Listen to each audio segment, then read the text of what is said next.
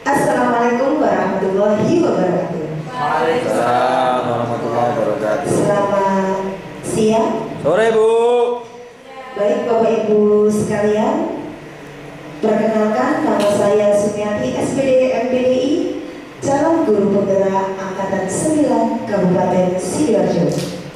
Alhamdulillahirabbil alamin. Rabbi shrah li sadri wa yassir li amri wahlul 'uqdatam min lisani yafqahu qawli. Amma ba'du. Yang saya banggakan teman-teman guru seperjuangan, ini adalah komunitas kita, guru-guru hebat Kabupaten Sidoarjo dan Bapak Ibu staf yang berbahagia.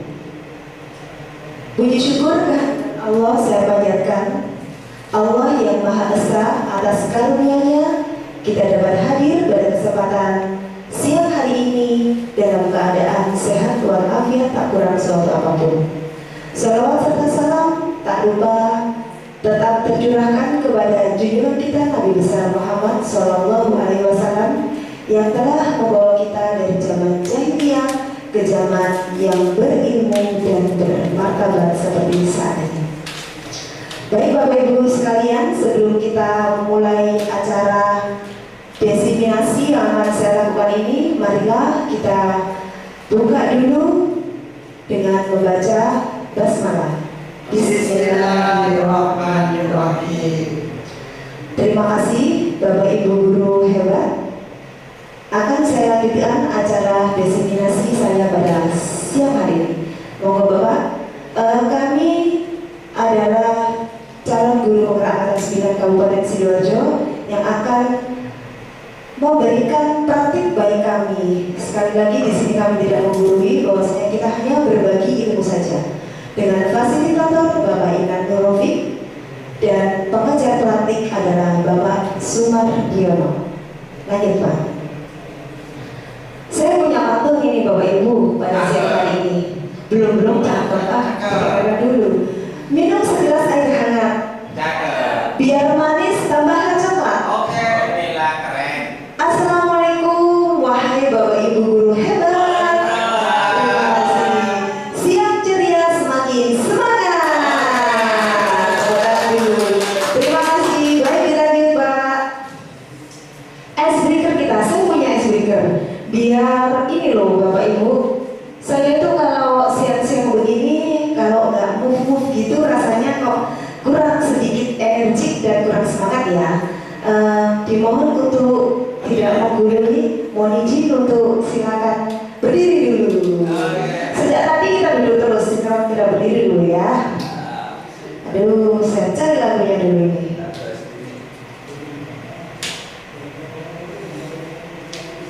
Nanti ini lagunya dari awalnya pelan-pelan semakin cepat semakin ditirukan. Artinya semakin cepat gerakan kita, koneksitas otak kita semakin cakep Bapak Ibu ya.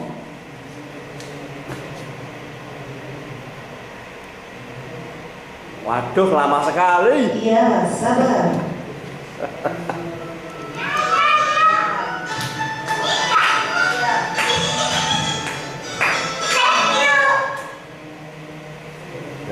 Wes gitu doang. Oh belum.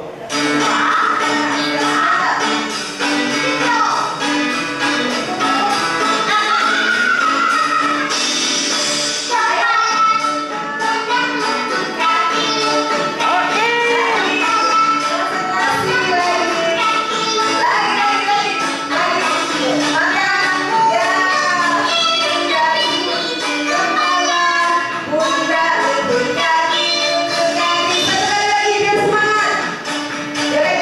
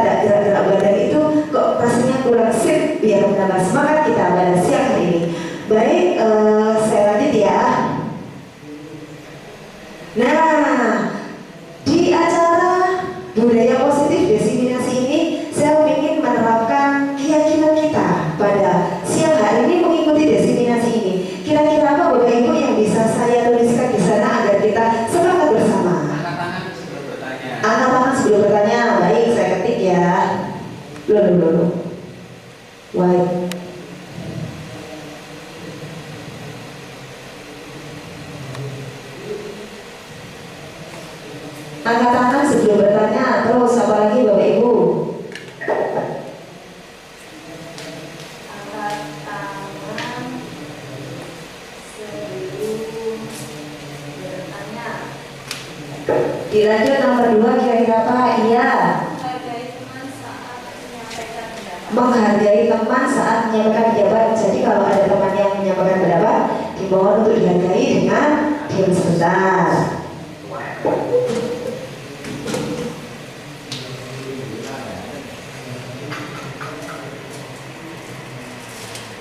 Sudah Bu, jangan banyak. Apalagi ini operatornya lagi ke belakang, Bapak Ibu nggak tahu lama banget ke belakangnya. Apalagi kira-kira satu tadi angkat tangan sebelum bertanya. Kalau mau tanya ke saya boleh angkat tangan dulu dong, gitu. Yang kedua, menghargai teman saat berpendapat. Kalau ada temannya yang angkat tangan belum selesai bicara, jangan dipotong. Apalagi Pak Abdullah punya ide, kira-kira yang ketiga. HP biasanya Pak Abdullah itu suka main HP. Semasa diseminasi ini HP-nya di silent ya. Siap, saya catat. HP silent. Nah, apalagi kira-kira kita nanti semakin kompak dan konsentrasi. Apalagi kira-kira ya? Perhatikan dengan seksama. Ada lagi, kurang satu, memperhatikan dengan seksama berarti konsentrasi ya. Konsentrasi dan dapat senyum baru keren. Saya catat ya, Pak Abdullah ini pinter, sweet.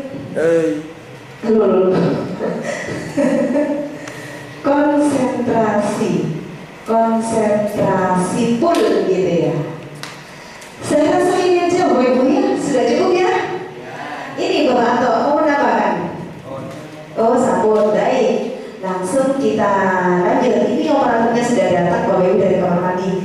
Ayo Pak lanjut. Nah, ini agenda kita di siang hari ini. Yang pertama, pembukaan. Sudah ya? Belum Pak. Yang pertama itu pembukaan. Kok sinyalnya hilang? Wah itu Bapak. Yang pertama pembukaan. Sudah ya, tadi acara sudah kita buka dengan bacaan basmalah. Yang kedua, icebreaker. Kita tadi sudah bergerak kepala, pundak, ketut kaki, asik kan? Yang ketiga, nah ini saatnya saya akan membagikan ilmu saya semasa saya mengikuti CGB selama 2 bulan ini. Lanjut. Nah, topik yang akan saya bahas di sini, saya ini dalam rangka memenuhi tugas aksi nyata di modul 1.4 Bapak Ibu tentang budaya disiplin, budaya positif. Yang pertama, disiplin positif dan nilai-nilai kebajikan universal. Yang kedua, teori motivasi, hukuman, penghargaan, dan restitusi. Yang ketiga, keyakinan keras. Yang keempat, kebutuhan dasar manusia. Yang kelima, posisi kontrol guru. Dan yang terakhir adalah segitiga restitusi. Dari keenam materi yang akan saya bagikan kepada Bapak Ibu guru ini nanti, saya nanti ada 2 tugas yang harus diselesaikan. Baik, lanjut Pak. Lanjut.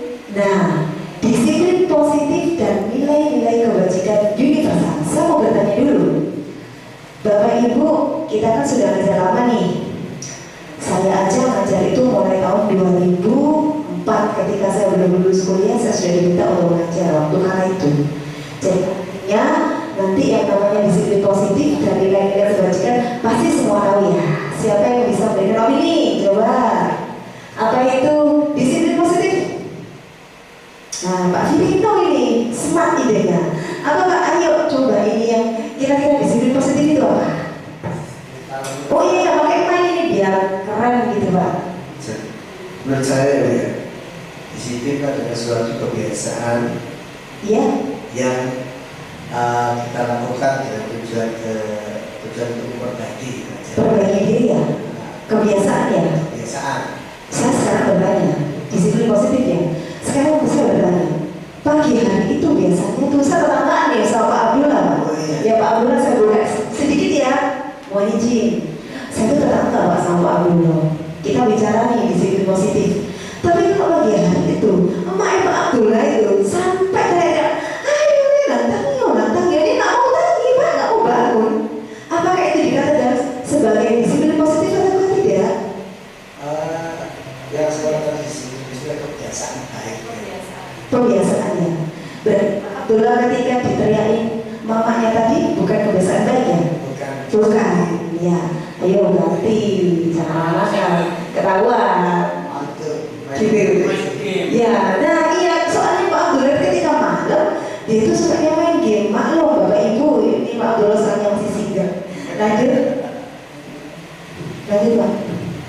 Stimulus respon.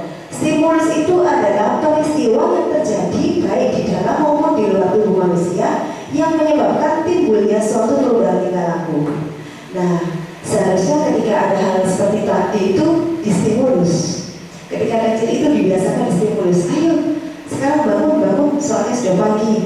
Nanti kalau sudah besar, ingin jadi apa? Mungkin kalau pas waktu dulu ketika TK ya, itu kita stimulus bagaimana memberikan respon yang positif. Yang kedua, respon itu apa? Adalah perubahan yang disebabkan oleh adanya stimulus tadi. Dilanjut Pak. Teori kontrol. Bahwasanya teori-teori kontrol yang kita pernah tahu, saya di sini mengambil beberapa. Yang pertama ini Dr. William Glasser dalam kontrol teori yang kemudian hari berkembang dan dinamakan choice theory, meluluskan beberapa miskonsepsi tentang makna kontrol sebagai berikut. Itu yang pertama yang saya kasih colornya red, itu adalah yang poin-poinnya ilustrasi guru mengontrol murid. Pada dasarnya kita itu tidak dapat memaksa murid untuk berbuat sesuatu jika murid tersebut memilih untuk tidak melakukannya. Walaupun tampaknya guru sedang mengontrol perilaku murid, hal demikian terjadi karena murid sedang mengizinkan dirinya dikontrol. Saat itu bentuk kontrol guru menjadi kebutuhan dasar yang dipilih oleh murid tersebut. Teori kontrol yang menyatakan bahwa semua perilaku memiliki tujuan, bahkan terhadap perilaku yang tidak disukai. Dan banyak buku-bukunya Dr. William Glasser ini dipublish Bapak Ibu, baik di dunia maya maupun di dunia cetak. Bosnya dulu ketika kita kuliah, kita sering mendengar dan memaparkan teori-teori kontrol oleh guru besar Dr. William ini. Yang kedua adalah ilusi bahwa semua penguatan positif, efektif, dan bermanfaat. Jadi seluruh penguatan yang kita berikan kepada peserta didik yang positif itu pasti bermanfaat. Penguatan positif atau rujukan adalah bentuk kontrol segala usaha untuk mempengaruhi murid agar memenangi suatu perilaku tertentu. Adalah suatu usaha untuk mengontrol murid tersebut dalam jangka waktu tertentu. Kemungkinan murid tersebut akan menyadari dan mencoba untuk menolak rujukan kita. Bisa jadi murid tersebut menjadi tergantung pada pendapat sang guru untuk berusaha. Yang ketiga adalah ilusi bahwa kritik dan membuat orang merasa bersalah dapat menguatkan karakter. Kritik membuat orang merasa bersalah itu dapat menguatkan karakter. Di sini saya jelaskan bahwasanya kritik dan rasa bersalah untuk mengontrol murid menuju pada identitas gagal. Mereka belajar untuk merasa buruk tentang diri mereka. Mereka mengembangkan dialog diri yang negatif. Kadang-kadang sulit bagi guru untuk mengidentifikasi bahwa mereka sedang melakukan perilaku ini. Karena seringkali guru cukup menggunakan suara halus untuk menyampaikan pesan negatif. Jadi kita itu yang berdasarkan pendidikan saya selama mengikuti CGP ya Bapak Ibu selama 2 bulan lebih ini, bahwasanya yang kata-kata negatif itu sedini mungkin dihindari. Jadi kita bisa mengolah atau mencari kata-kata ketika kan ilustrasi kepada peserta didik harus diperhalus gitu. Yang biasa suka teriak-teriak, satu suka biasa teriak-teriak Bu. Bagaimana saya tidak teriak? Saya adalah tugasnya membalaskan peserta didik gitu kepada. Saya bilang siap, aduh belakang itu gimana sih? Sekarang saya sudah gak berani begitu karena saya punya ilmu ya Bapak. Gitu. Jadi ketika saya menertibkan peserta didik, dulu saya bilang, itu orang bilang kamu tiap hari gak pernah tertib, gak disiplin, pulang aja ke sekolah. Saya dulu begitu. Tapi ketika saya mau pelajari hari demi hari bahwa budaya positif harus saya terapkan, maka saya akan mengerem kata-kata saya. Saya kembali bertanya, halo anak ganteng, kok bagus banget ya rambutmu warna pirang, saya gitu. Itu kira-kira cocok gak ya kalau dipakai ke sekolah? Rambutnya gitu kira-kira bagaimana? Iya Bu, maaf ya. Dengan sendirinya itu anak selesai ada, tapi dengan kata-kata halus dia bilang, baik Bu, besok saya potong. Saya balas, semangat ya anak, bisa dipotong. Iya Bu, terima kasih. Begitu ketika saya sebelum jadi CGP, Saya ke siswa, saya selalu di depan di pintu gerbang. Kamu ya nggak pakai sepatu, nggak pakai kaos kaki, pulang aja. Saya nggak suruh kamu sekolah begitu. Saya gitu dulu, galak saya Bu. Begitu saya tahu bahwasanya CGB selama 2 bulan ini saya akan mengontrol diri saya. Saya rela saya pakai beli jajan Bu, mau di sekolah banyak jajan. Kamu nggak bawa bekal aja? Nggak bawa Bu. Ibu saya tuh nggak pernah masak. Bagaimana saya bisa makan pagi atau sarapan? Mau ibu saya itu berangkatnya pagi Bu 3:30, pulangnya 5:30. Saya tanya, kenapa kamu kok seperti itu Ibu? Kerja apa sih? Setelah saya tanya, ternyata dia bilang, ibu saya itu seorang pemusik jalan. Subhanallah. Disitulah saya berpikir bahwa apapun yang dilakukan peserta didik kita, baik positif atau negatif, dia itu punya itu loh yang namanya semua perilaku memiliki tujuan. Kenapa dia muncul seperti itu? Karena dia tujuannya lebih punya, dia tidak punya. Saya beli sendiri itu loh Bu, tidak mampu. Ibu saya kasih saya 5.000 itu hari ini ngasih, besok nggak ngasih. Itu pun saya tidak pernah salah. Ayo coba bagaimana saya bisa makan? Setelah saya pikir bahwa benar, semua perilaku peserta didik kita itu baik yang positif ataupun yang negatif pasti dia punya tujuan. Sekarang saya lanjut untuk yang ketiga. Orang lain bisa mengontrol saya, hanya Anda yang bisa mengontrol diri Anda. Sekarang saya punya contoh lagi. Saya punya contoh. Orang lain bisa mengontrol saya, hanya Anda yang bisa mengontrol diri Anda. Seperti kasusnya Rajin tadi, saya katakan, Rajin, Bumi minta tolong, apakah hari ini dibudayakan atau enaknya ditutup perkaranya? Bisa nggak? Saya bisa aja Bu, tidak suka memindahkan atau mengambil ballpoint teman ke tempat saya. Dengan catatan, kalau seandainya ibu saya itu bisa memenuhi semua kebutuhan saya.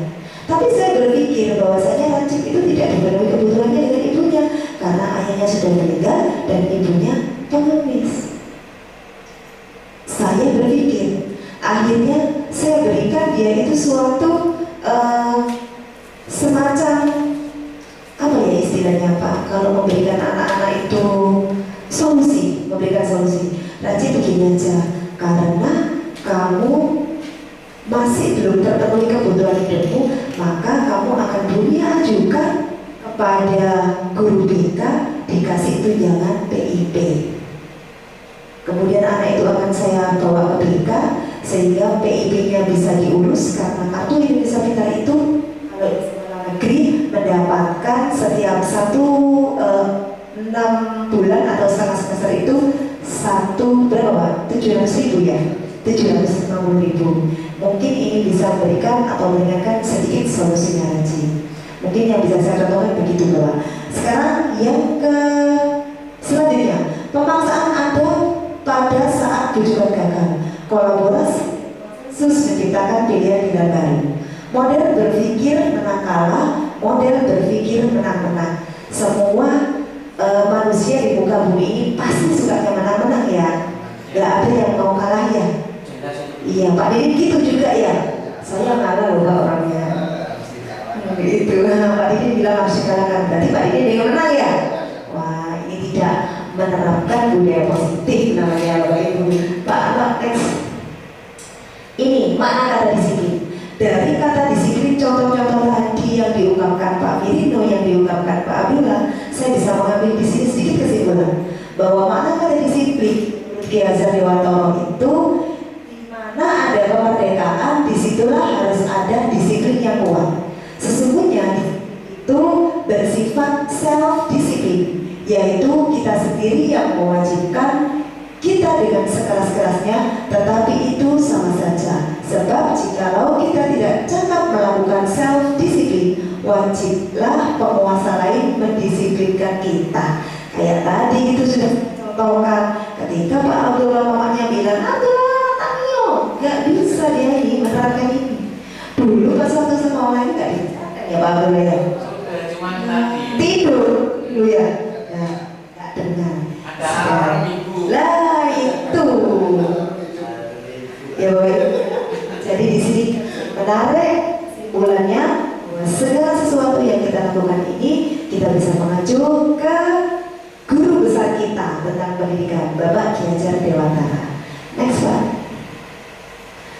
Selanjutnya, menurut Ki Hajar Dewantara lagi, Ki Hajar menyatakan bahwa untuk mencapai kemerdekaan atau konteks pendidikan kita saat ini, untuk menciptakan murid yang kita saat ini yang merdeka, syarat utamanya adalah harus ada disiplin yang kuat. Disiplin yang dimaksud adalah disiplin dari diri sendiri yang memiliki motivasi terkenal. Apapun yang terjadi, mulai sekarang Bapak Ibu, ayo kita budayakan positif ini sehingga kita bisa menyelami, sehingga kita bisa menyelami yang namanya motivasi intrinsik yang ada dalam diri pribadi. Percuma Bapak Ibu, peserta didik itu kita obyak-obyak, kita suruh ini, kita suruh itu, kalau tidak dari dalam dirinya sendiri. Seperti tadi saya katakan, saya ketika pagi hari, apalagi kalau hari Senin, pasti saya manjanya di garda terdepan pintu gerbang. Saya obyak setiap hari. Kalau ada anak yang tidak bawa sepatu, tidak bawa kaos kaki, sepatunya ada bereknya putih, saya suruh pulang. Besoknya ulang lagi, besoknya ulang lagi, besoknya diulang. Saya sampai hafal namanya, karena dia itu tidak ada motivasi dalam dirinya, motivasi intrinsik itu akibatnya diulang-ulang. Nah sekarang tugas kita menumbuhkan motivasi intrinsik itu sehingga peserta didik itu sadar dengan dirinya sendiri. Kira-kira sulit nggak Bapak Ibu? Awalnya sulit. Awalnya, kalau saya sih menurut saya sulit sih mendisiplinkan diri sendiri itu. Tidak ya Pak Didi? Wah hebat ya Pak Didi. Berikan tepuk tangan untuk Pak Didi. Semangat Pak Didi. Next Pak.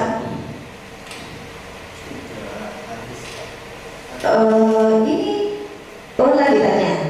Disiplin dapat membuat seseorang menggali potensinya menuju kepada sebuah tujuan, sesuatu yang dihargai dan bermakna.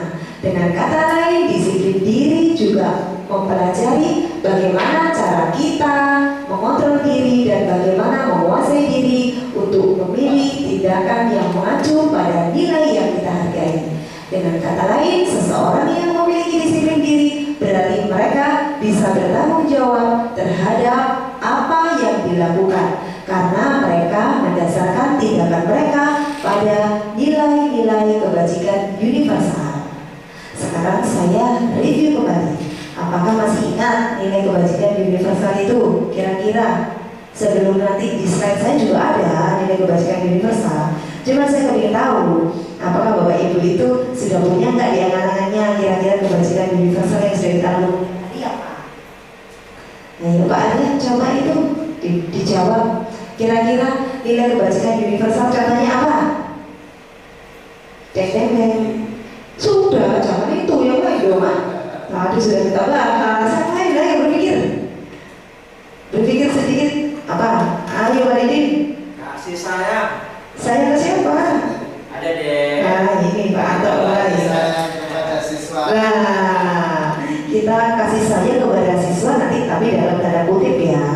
Biasanya kalau guru yang laki-laki itu kalau melihat cewek, murid cewek itu agak tanda kutip gitu, nggak boleh ya Pak ya, bercanda. Next Pak Anto. Nah nilai-nilai kebajikan universal, pengertian.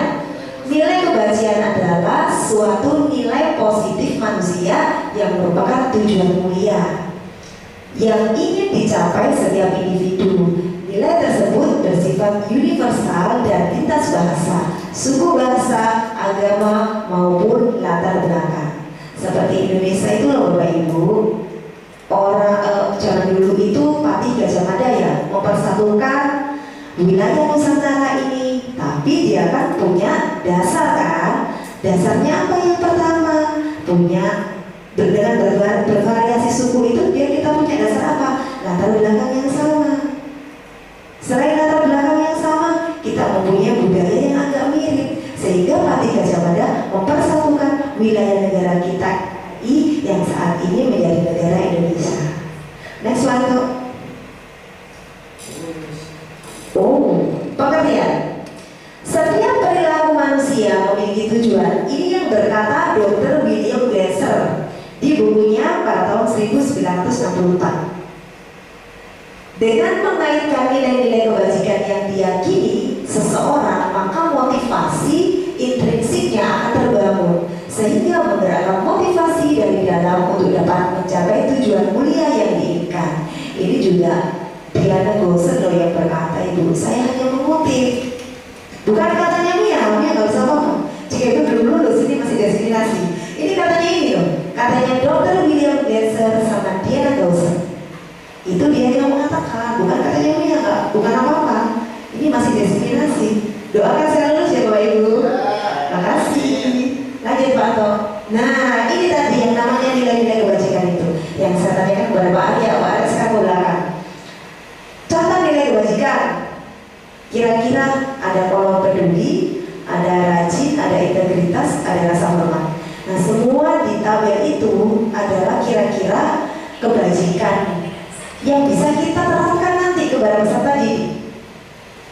Ada belas kasih, ada kejujuran, ada kedermawanan, ada semangat, ada kreatif, ada baik hati, ada bijaksana, ada toleransi, ada percaya, ada lurus hati, itu ketegasan. Sekarang saya bilang toleransi. Di sekolah kita itu kan di SMP Negeri 1 Taman, Bapak Ibu, kita kan ada sekolah toleransi yang pertama kali diumumkan pada waktu itu oleh LSM Grand Wetan di tahun 2022 bertepatan dengan ulang tahun sekolah kita ya Bapak Ibu. Di sini saya angkat untuk nilai-nilai kebajikan toleransi. Kenapa? Karena saya itu menyadarinya bahwa sekolah kita SMP Negeri 1 Taman itu ada beraneka ragam budaya dan agama. Ada Islam yang mayoritas, ada Protestan yang minoritas, ada Katolik yang minoritas, ada juga Buddha dan ada juga Hindu. Semua itu nanti kita mengajari peserta didik kita agar saling menghormati antar agama satu dengan agama yang lain sehingga tidak timbul konflik. Sama ketika kita memperingati Maulid Nabi. Terus untuk yang agama lain selain Muslim yang minoritas kita apakan? Kita kumpulkan kan sendiri mereka itu. Kita berikan sinar rohani bagi yang Kristen. Kita berikan pengajian rutin kepada anak-anak yang Katolik. Kita panggilkan untuk guru Hindu sama Buddha. Itu adalah bentuk toleransi kita terhadap didik yang memiliki perbedaan. Baik, next Pak Anton. Nah ini saya itu kalau pegang begitu ya Bapak Ibu, nggak tahu. Saya tuh kok sukanya itu main-main aja. Ya. Begitu, main-main aja. Karena saya itu tipikalnya seorang guru yang selalu aktif. Nah, jangan dikatakan aktif mana loh Pak Idi. Nanti tak laporkan bunda saya Bu Masro Hidayati MPD. Nah ini saya punya tebak kata. Saya itu kalau di pagi hari ketika saya membariskan peserta didik saya, Ibu mohon izin, ketika saya menindak kedisiplinan dan lain sebagainya, saya selalu berangan-angan. Itu kalau saya pagi hari, andai siswa saya disiplin semua, andai saya menjadi bulan. Sekarang saya berbeda. Tebak kata saya. Siang-siang ini saya kan memberikan desiminasi yang saya diajari di JKP ya Bapak Ibu. Sekarang saya ajak bermain kata. Siang-siang saya bermimpi ingin lanjutkan Pak Didin. Apa? Ingin makan bakso. Tuh, tak sudah. Ayo dilanjutkan Pak Pak. Bakso yang pedas. Lanjut Pak Anto. Wah, minum es teh seger ya Pak. Gimana kalau kita beri makan bakso sama minum es teh? Jangan, nanti saya dimarahin Pak Inan, harus 1 jam durasinya. Kayaknya gitu. Pak Inan lapor. Bercanda. Next ya. Nah, profil belajar Pancasila. Profil belajar Pancasila inilah yang harus kita pegang di dalam komunikasi sehari-hari. Yang pertama ada beriman, bertakwa terhadap Tuhan Yang Maha Esa. 2, mandiri, bernalar kritis, kreatif, bergotong royong, berkebinekaan global. Saat ini kalau kita lagi, Ibu nanti yang untuk proyek kedua, ini kan kita mengambil profil belajar Pancasila. Nanti dimohon saya dibantu ya untuk proyek P5 yang kedua, karena yang tema sek jiwa ragamu nanti proyeknya ketuanya saya. biar dibantu sehingga nanti proyek yang kedua ini bisa sukses dan berhasil. Saya bukan siapa-siapa kalau tidak dibantu oleh Bapak Ibu sekalian. Next Pak. Nah ini waktunya question time. Daripada tadi kita ini duduk-duduk, nanti ini ada question time ya. Apa sih question time? Next Pak, kita lihat. Nah, mungkin pada awalnya motivasi Anda mengikuti kegiatan kita siang hari ini adalah ingin mendapatkan sesuatu hal atau sebatas membantu saya melengkapi tugas saya di modul 1.4 aksi nyata budaya positif. 2. Namun seiring Anda mengikuti acara sampai saat ini, mungkinkah motivasi Anda berubah menjadi sebuah keinginan untuk menjadi guru dengan nilai-nilai yang kayak gini? Apa coba ya? Berpikir, deng-deng. Ayo semangat. Tadi katanya makan gitu. Apa itu kira-kira jawabannya? Namun seiring Anda mengikuti acara sampai saat ini, mungkinkah motivasi Anda berubah menjadi sebuah keinginan untuk menjadi guru dengan nilai-nilai yang ada ini? Ayo Pak Firida itu pointer namanya. Kira bagaimana ini? Menindaklanjuti pertanyaan saya ini, saya juga bingung, saya juga butuh jawaban. Nah ini semangat. Habis ini Pak Abdullah, ayo teman-teman ini ke belakang kok lama sekali nggak balik-balik. Nanti saya panggil dia lalu. Ayo Pak. Mungkin. Alasannya? Dengan mengetahui hal baru, otomatis saya juga punya gambaran-gambaran baru terhadap diri saya di masa depan, seperti apa dan menghadapi anak. Hore, berarti saya menginspirasi ya tadi. Yeay, hebat. Terima kasih Bapak. Saya menginspirasi tadi ya, barusan saya jelaskan bahwa itu masih satu topik loh ya, masih satu subtopik. Pak Firdo sudah mau berubah. Yeay, makasih Pak. Terus yang kedua, bila itu terjadi, apa dampaknya untuk diri Anda? Pak Didi ini. Dampaknya apa?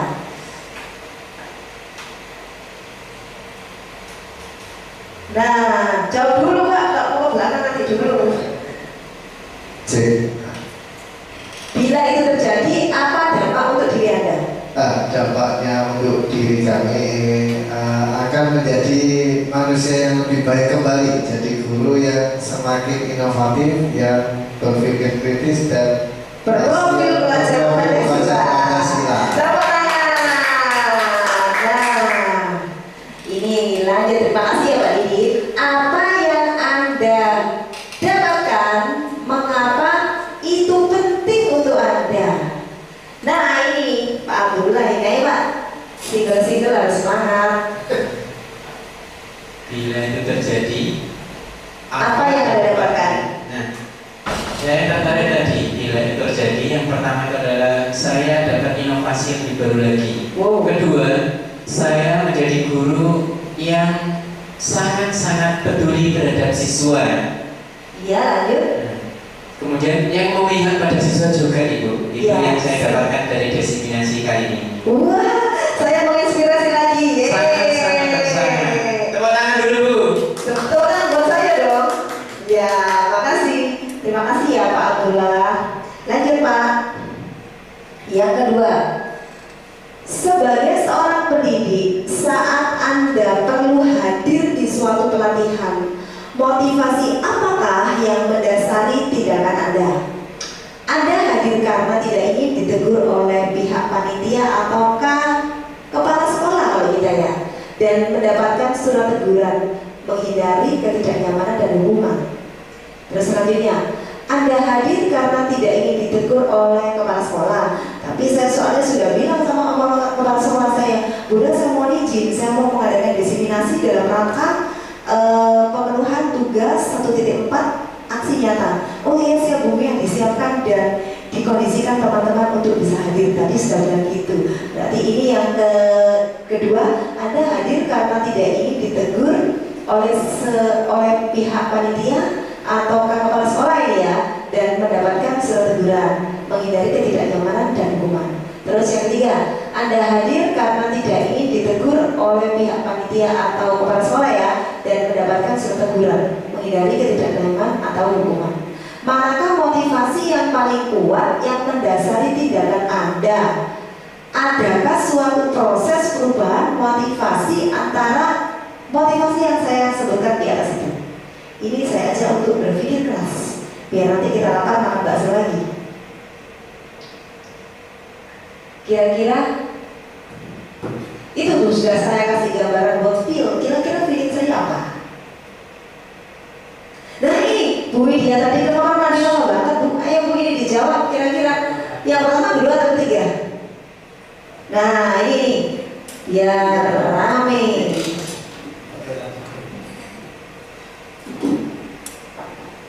Terima kasih Bu Mia.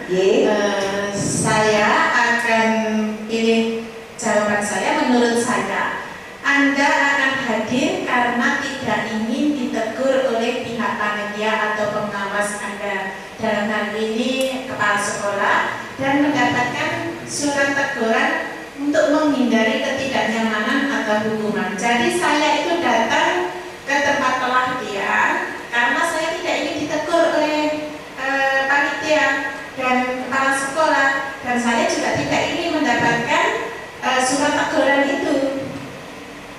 Ya, tepuk tangan. Ya. Saya punya jawaban lain. Apa lagi? Boleh aja. Itu.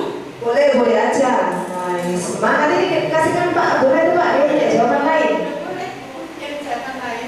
Boleh aja Bu. Ini. Motivasi yang paling kuat. Ya, apa coba? Motivasi yang paling kuat dari diri saya adalah yang pertama, saya ingin menghargai diri saya sendiri, Bu. Intrinsik ya. Nah, kemudian saya ya, juga terus. ingin menghargai pihak kepala sekolah, kemudian saya juga menghargai Ibu selaku guru yang akan mengisi diseminasi ini. Iya, luar biasa. Hebat. Terima kasih ya. Next Pak. Nah, bila di sekolah Anda tidak ada aturan yang memberikan surat teguran bagi karyawan yang sering tidak masuk, atau tidak ada atasan yang memberikan Anda penghargaan menjadi karyawan terbaik karena selalu menyelesaikan tugas tepat waktu, apakah Anda akan tetap bekerja dengan baik untuk mengajar murid-murid? Coba, kalau tidak ada aturan itu, apakah Anda tetap melakukan hal baik tadi? Ataukah berangkatnya siang-siang, ataukah nggak masuk kelas? Nah, kira-kira bagaimana itu kalau tidak ada aturan itu? Kalau saya tetap masuk kan Ibu, walaupun saya malam tadi bergadang, tapi punya alarm tadi Ibu, jadi saya tetap berada tempat waktu. Iya, berarti itu sudah memiliki motivasi intrinsik yang hebat. Gitu. Karena HP tidak mempan Ibu. Iya, HP nggak kuat ya? Itu paling kuat. Paling kuat ya? Iya. Tadi yang memberikan informasi motivasi itu siapa? Saya kan? Berhasil ini. Lanjut Pak. Semangat. Nah ini, menurut Anda dari ketiga jenis motivasi yang disebutkan pada pertanyaan sebelumnya, motivasi manakah yang saat ini paling banyak mendasari perilaku murid Anda di sekolah? Jelaskan. Kira-kira apa ya? Iya sih, karena kan seluruh budaya positif yang kita terapkan itu belum 100% mengenai kepada peserta didik. Peserta didik itu pun kalau saya bisa memantau dan memahaminya bahwa memunculkan motivasi intrinsik itu tugas kita saat ini. Jadi banyak peserta didik SMP Negeri 1 Taman itu kayak masih belum muncul motivasi intrinsik. Jadi mereka itu takut sama saya itu biasanya takut saya hukum. Tapi sekarang ini saya nggak mau hukum Bu, saya nggak berani Inan. Terus yang kedua, strategi apa yang selama ini Anda terapkan untuk menanamkan disiplin positif pada murid-murid Anda? Bagaimana hasilnya pada perilaku murid Anda? Kita apa? Strategi positif yang kita terapkan di murid-murid kita. Apa ya strategi positif? Strategi positif? Sebagai manajer. Strategi positif kan belum cari itu, nanti kan masih nanti itu Pak, jangan pinter-pinter masih masukin materi itu nanti abis ini. Strategi positif kita Buat peraturan kelas. lah, itu juga masih nanti keyakinan kelas ya, belum masuk ke materi itu. Peraturan bukan keyakinan. Peraturan, ya boleh juga ya peraturan. Peraturan B yang peraturan dulu. Peraturan itu yang membuatkan dulu. Enggak sih, kalau saya bikin gini, Ini kan saya masih belum masuk ke materi budaya positif yang 6 poin yang saya jelaskan tadi. Kalau saya mau izin Bapak Ibu tidak menggurui, saya akan memberikan contoh yang terbaik. Biar nanti peserta didik saya itu setelah saya mengikuti CGD Angkatan 9, dia akan melihatnya sendiri dan merasa, Bumi ya sekarang nggak marah-marah lagi. Sekarang dia jadi tidak suka menghukum. Jadi sepertinya ya saya coba mencontohi peserta didik saya dulu. Nah, seorang iya itu saya berubah sedikit dulu ya, bisa 100%, sepertinya gitu. Sekarang saya lanjut. Oh ini masih ada ya, langsung aja sih di nomor berapa ya? Di nomor ini terakhir. Nilai-nilai kebajikan apa yang Anda rasakan penting saat ini untuk ditanamkan pada murid Anda di kelas atau sekolah Anda? Kira-kira apa ya? Nilai kebajikan yang ujar sekali di kelas. Iya Pak, sekarang kita itu krisis loh saling menghormati. Bahkan murid kita sendiri kelas 9 yang saya ajar itu, ada saya duduk itu ya di depan kelas, tidak permisi kok gak gitu ya anak-anak kita itu, langsung lari uwes gitu. Ini memang kita krisis untuk menghormati, sepertinya itu. Nanti kita terapkan bareng-bareng ya Bapak Ibu untuk agenda menghormati terhadap sesama ini. Terus yang di atasnya lagi, nilai kebajikan apa yang Anda rasakan penting untuk ditanamkan pada murid-murid Anda di kelas? Sama kayaknya ya, menghormati juga. Saya lanjut ya Bapak Ibu, biar cepat. Nah, sekarang ini nilai-nilai kebajikan tadi itu yang kita terapkan biar kita kan menghindari hukuman dan penghargaan, karena materi kami di CGB itu seperti itu.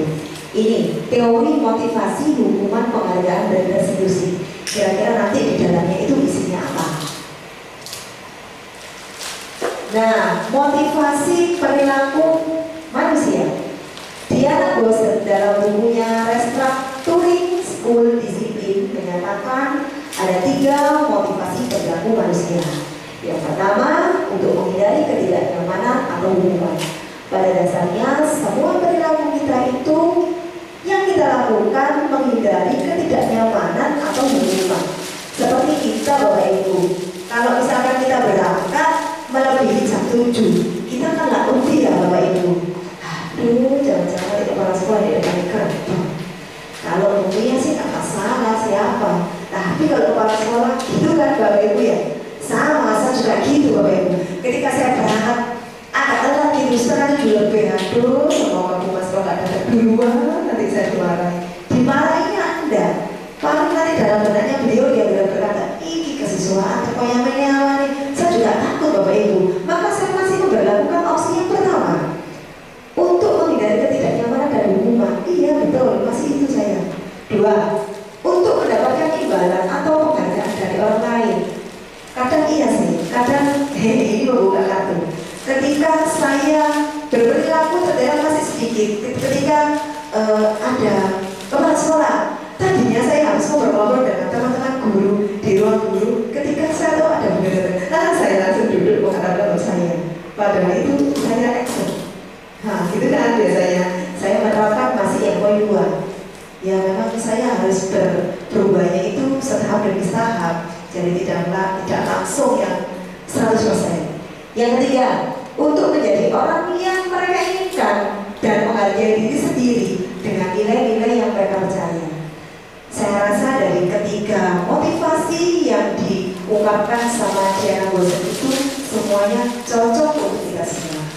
Makanya saya ambil guru besar itu untuk memberikan deskripsi kita. Itu bukan kata saya loh ya, kata Bu Diana.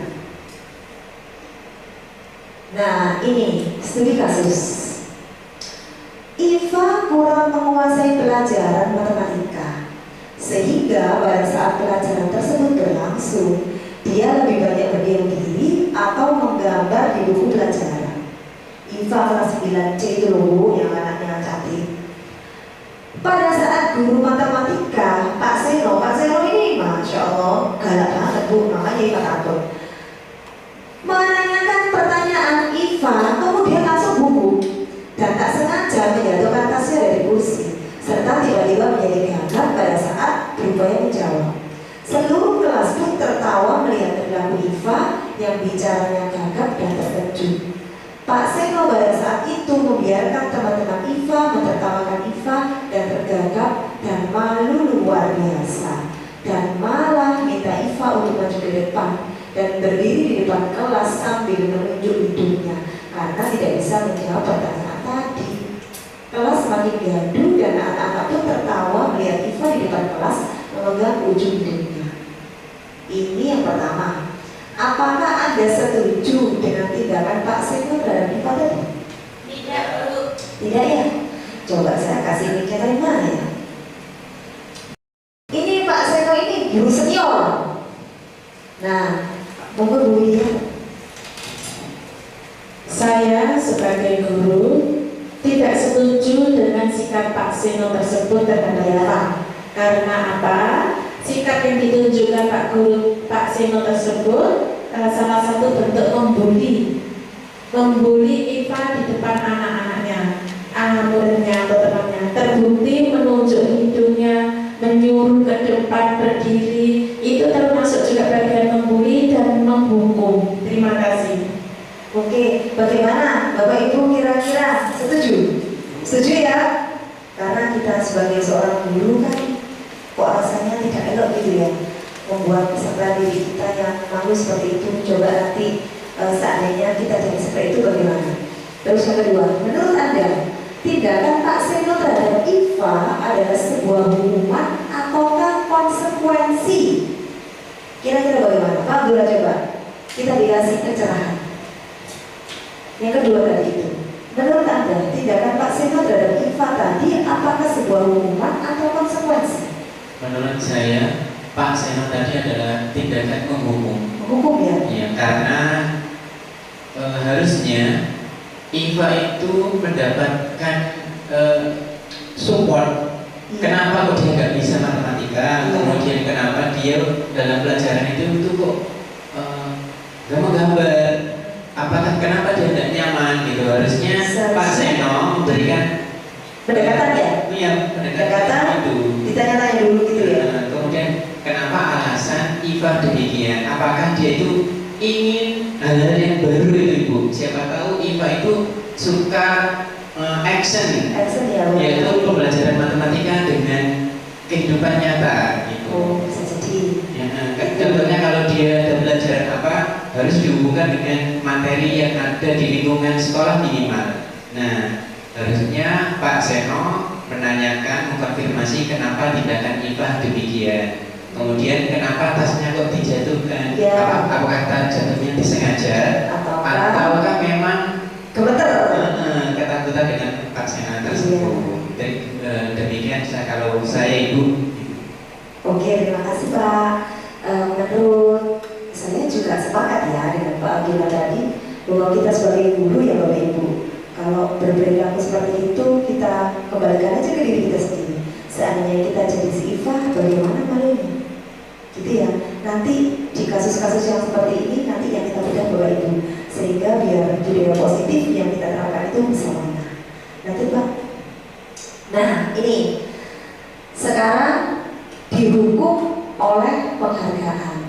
Saya mengambil ini dari Alficon, itu Panisnya by Reward tahun 1993, wawancara ASDC Annual Conference Maret tahun 1995 mengemukakan baik penghargaan maupun hukuman adalah cara-cara mengontrol perilaku seseorang yang menghancurkan potensi untuk pembelajaran yang sesungguhnya.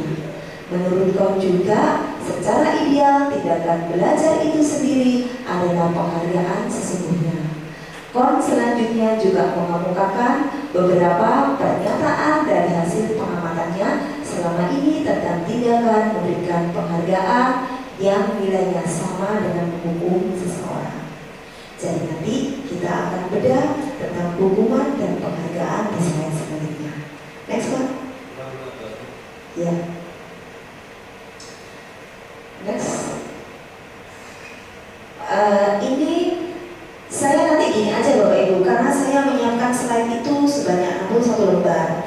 Dengan harapan seluruh budaya positif mulai poin 1, 2, 3, 4, 5, 6 itu tuntas saya informasikan. Nanti ketika karena terbatasnya waktu, nanti akan saya share saja PPT saya agar sedapat mungkin Bapak Ibu nanti bisa mempelajarinya, dan ketika ada yang tidak paham, saya open 24 hours untuk bertanya. Oke, bisa kasih. Coba sih Pak lanjut lagi. Ini masih ini ya yang tentang tadi ya. Masih lanjut Pak. Nah, lanjut lagi. Ini masih kasus. Lanjut lagi. Nah, ini motivasi dari dalam diri atau intrinsik. Saat seorang belajar untuk pertama kali menggabungkan huruf-huruf, kata-kata, serta menyadari bahwa ia dapat membaca, timbul pijar di matanya dan sebuah senyuman di wajahnya. Anak tersebut begitu bergembira bahwa dia telah mempelajari dan menguasai sesuatu keterampilan baru. Kesadaran akan kemampuan bahwa dia sudah dapat membaca sesungguhnya sudah merupakan sebuah penghargaan. Jika kita memberikan penghargaan kepada seorang anak pada saat dia sedang merasa bangga dengan pencapaiannya sendiri, maka kita akan mengambil kegembiraan yang saat itu sedang dirasakan secara alamiah. Inilah yang bakal akan kita munculkan, kita perankan sebagai guru yang hebat di Indonesia. Lanjut Pak. Nah ini masih restitusi sebuah pendekatan untuk menciptakan disiplin positif. Lanjut Pak. Nah ini sebagai seorang guru, ketika murid Anda melakukan kesalahan, tindakan apa yang Anda lakukan? Menunjukkan kesalahan dan meminta melihat kesalahan. Mengatakan, kamu seharusnya tahu bagaimana kamu seharusnya bertindak. Mengingatkan murid Anda akan kesalahannya yang sama di waktu sebelumnya. Bertanya padanya, kenapa kamu melakukan sesuatu yang seharusnya tidak kamu lakukan? Mengkritik dan mendiamkan. Kalau Anda melakukan tindakan tersebut yang saya katakan kasih poin 1, 2, 3, 4, 5, mungkin Anda akan membuat murid Anda merasa menjadi anak yang gagal. Kasihan ya. Setelah itu, pertanyaan sekarang, bagaimana sebaiknya respon kita bila ada murid kita melakukan kesalahan? Kita harus bijak Bapak Ibu. Jangan memberikan hardik punishment atau mengata-ngatakan seperti yang saya kasihkan di poin 1, 2, 3, 4, 5 itu. Kasihan, karena inilah di saatnya kita berubah dari paradigma guru lama menjadi paradigma guru yang merdeka, murid yang memerdekakan peserta didik. Begitu. Lanjut Pak. Lanjut. Nah ini ada restitusi, bisa nanti dibaca sendiri. Next Pak. Restitusi juga itu ada, silakan dibaca sendiri. Nanti slide-nya akan saya kasihkan, masih lanjut lagi. Nah ini ciri-ciri restitusi yang membedakan dengan program disiplin lain. Restitusi bukan suatu menebus kesalahan, namun untuk belajar dari kesalahan. Yang kedua, restitusi memperbaiki hubungan, sampai restitusi mengembalikan murid yang berbuat salah pada kelompok. Nanti saya kasihkan slide saya. Lanjut. Nah, sekarang waktunya keyakinan kelas. Nanti kita praktek keyakinan kelas sama segitiga restitusi di akhir. Lanjut Pak. Nah itu, mengapa keyakinan kelas? Mengapa tidak peraturan kelas? Nah, ada nilai kebajikan terselubung di dalamnya. Silakan nanti dibaca sendiri. Next Pak. Nah, pembentukan keyakinan kelas di sekolah. Nah ini, saya sudah siapkan untuk kriterianya. Kira-kira keyakinan kelas itu seperti apa? Sudah saya siapkan semua apa yang saya dapat di CGB selama 2 bulan itu sudah saya rangkum di sini semua Bapak Ibu. Spesial buat Bapak Ibu guru Spensaka. Lanjut. Makasih ya. Lanjut. Nah, prosedur pembentukan keyakinan kelas sudah saya siapkan sampai kecil loh Bu. Semalam saya nggak tidur itu siapkan itu. Gimana nggak tidur saya siapkan kata-kata segitu banyaknya. Lanjut. Iya nanti saya kasihkan deh Pak. Tenang. Lanjut. Nah, 5 kebutuhan dasar manusia. 5 kebutuhan dasar manusia. Saya masih kasihkan poinnya saja. Next Pak. Ini nanti bisa dibaca. Ini saya kasih awalannya. 1. Kebutuhan untuk bertahan hidup, survival kayak tadi itu yang nyuri ballpoint itu. Dia pengen bertahan. Saya pengen sekolah, Bu. Saya pengen catat, tapi saya nggak punya. Bagaimana kalau saya nggak ambil? Itulah dia masuk. Yang kedua, cinta dan kasih sayang, love and belonging. Ya. Kalau love-lovean asik. 3. Kebebasan atau freedom. Nah,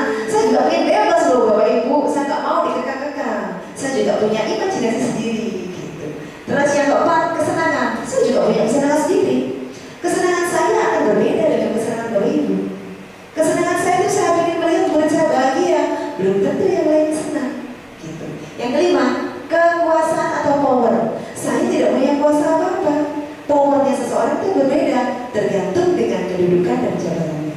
Ya, lanjut Pak. Next, ini dibaca sendiri, lanjut. Dibaca sendiri lagi, lanjut. Dibaca sendiri. Dibaca sendiri juga. Saya kasihkan. Nah, sekarang ini 5 posisi kontrol guru. Ini semuanya saya berusaha untuk menyiapkan semua tahap-tahapan itu. Lanjut, apa sih itu 5 posisi kontrol? Nah, ini ada guru menghukum, ada seorang menghukum bisa menggunakan hukuman fisik atau verbal. Saya biasanya juga suka gitu dulu. Saya guru matematika, kalau murid saya suruh ke depan, dia tidak mau, wah ini saya hukum fisik kayak gitu. Saya suruh scroll jam gitu, biar kapok, besoknya biar lebih belajar. Ternyata setelah saya mengikuti CGP dilarang, ya sudah saya hentikan. Lanjut Pak. Nah, guru membuat merasa bersalah. Nah ini, nunjuk-nunjuk gitu. Tadi sudah saya kasihkan paparannya di paling depan. Jangan menunjuk, orang itu begini enak, tunjuk diri sendiri dulu yang sulit. Ya, next. Lanjut Pak, lanjut lagi. Guru sebagai teman. Ini nanti asik kalau dibaca sendiri sambil tidur. Next lagi. Guru sebagai pemantau, asik kan, friendly gitu, dibaca sendiri. Lanjut. Guru sebagai manajer, itu harus kita perankan. Guru sebagai manajer, dimanapun kita berada di depan peserta didik kita sebagai manajer. Tapi kalau sesama guru namanya rekan sejawat. Ya, harus dipahami. Next. Lanjut. Nah, segitiga restitusi.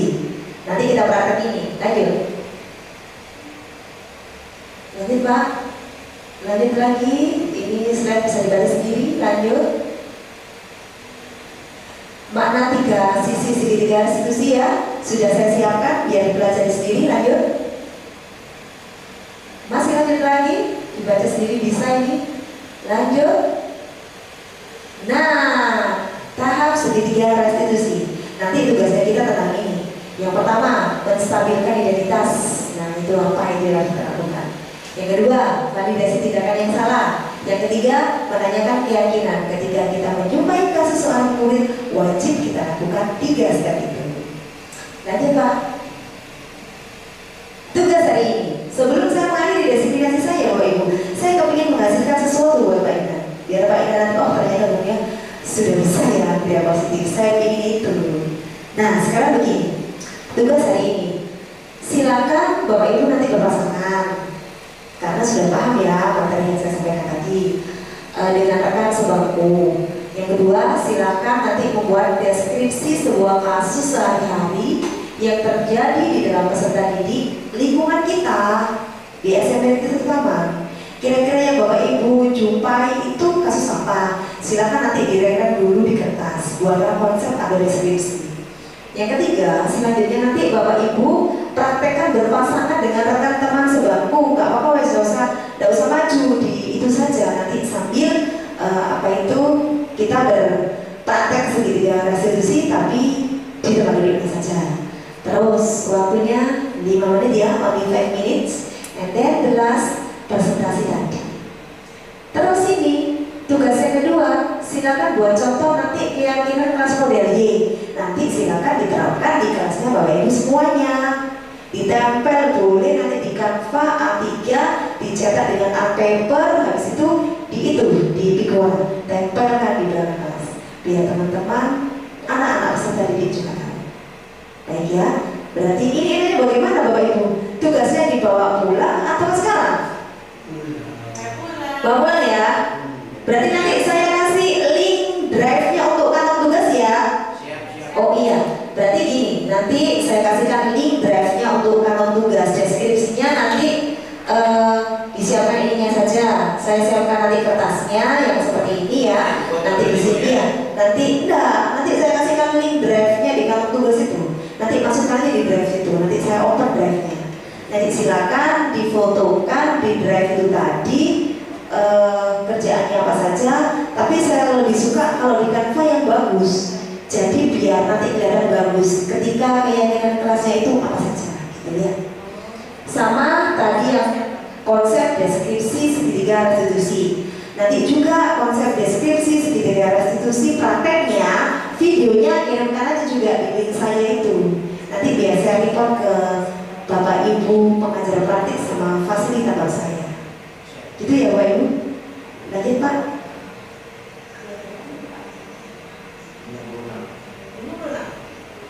Baik, jangan lupa ya, Bapak Ibu minta tolong diisi untuk kantong tugas saya ada 2 macam. Yang pertama deskripsi membuat kasus segitiga restitusi. Habis itu nanti Bapak Ibu buat videonya partneran tadi sesama mapel aja. Jadi teman sejawatnya sesama mapel di ruang guru itu tempatnya berdekatan. Jadi ketika nanti praktek videonya gampang. Yang kedua, Bapak Ibu nanti bersama peserta didiknya di kelas, para waras itu silakan membuat keyakinan kelas yang model Y.